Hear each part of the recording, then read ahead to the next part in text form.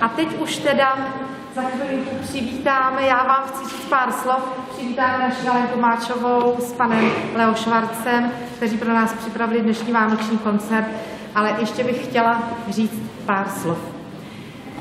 Když se řekne slovo Vánoce, že jo, tak všichni, každému se z nás mimo klasického vánočního shonu vybaví slovo dárek.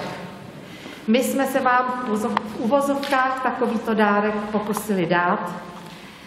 Obnova kostela svatého Vavřince je z nejhoršího havarijního stavu zachráněna a tento dárek se nedá vyjádřit jenom penězi, i když bez nich by to také nešlo, ale hlavně lidskou prací. Prací, která tady byla odvedena ve všech podobách a při nich každý dal kousek sebe a to je obrovská věc a vzkaz pro další generace. Takže já děkuji a děkuji. Za prvé děkuji všem sponzorům, od velkých sponzorů, jako je E.ON, ČES, ČEPS, Obecní úřad Benešov nad Černou, až po ty malé, menší a nejmenší. A vidím tady i ty malé nejmenší. Tam na cedulích vedle těch fotografií jsou jména všech lidí, kteří nám nějakým způsobem přispěli a ještě přispívají a připisujeme tam dál. Děkuji majiteli objektu římskokatolické farnosti Benešov nad Černou se sídlem v Trhových Svinech za získané dotace. Bez nich by to taky nešlo. Naše spoluúčast na dotacích byla přes 215 000 spolku, takže při našich ročních příspěvcích 500 korun si dokážete představit, jaká to byla moročina teda schánět každý rok příspěvek. Děkuji firmě Feston pod vedením pana Jurčíka, která tady odvedla obrovský kus práce. Ale hlavně, a zdůrazňuji to, chci poděkovat všem členům našeho spolku za záchranu této památky, bez kterých bychom tady dnes neseděli. Jsou mezi nimi úžasní pracanti, jsou mezi nimi řemeslníci, truhlář, tesař, zedník, učitelé, vědci a další profese, bez kterých by tento kostel nikdy nevstal z mrtvých. Přes 1000 brigádnických hodin tady odpracovali jsme, ale šli jsme do toho, bez nároku na honorář samozřejmě, ale šli jsme do toho s tím a tak jsme to také udělali.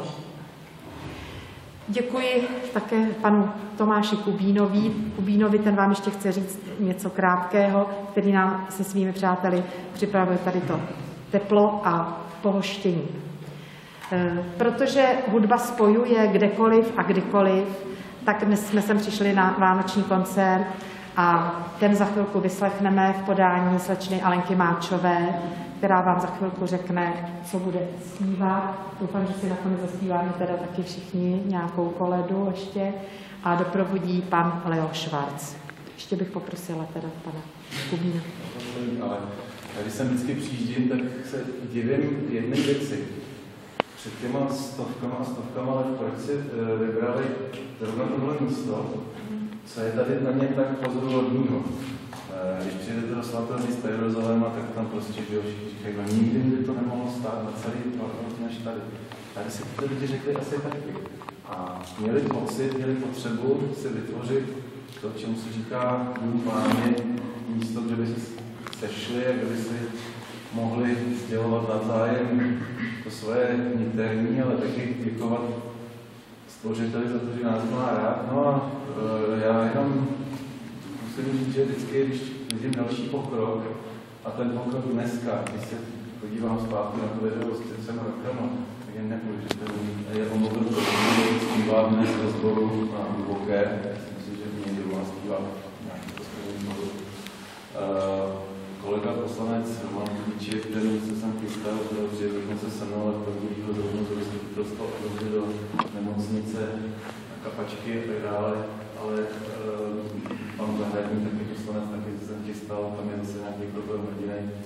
Já jsem hlavně chtěl říct hlavně vám, že všechny ty lidi, když jsem sem chtěl přitáhnout především za to, aby jsme měli zase další zdroje financování. Doufám, že když se tady sejdeme příští rok, tak tady bude zase větší práce. Teďka za všechny jenom vám.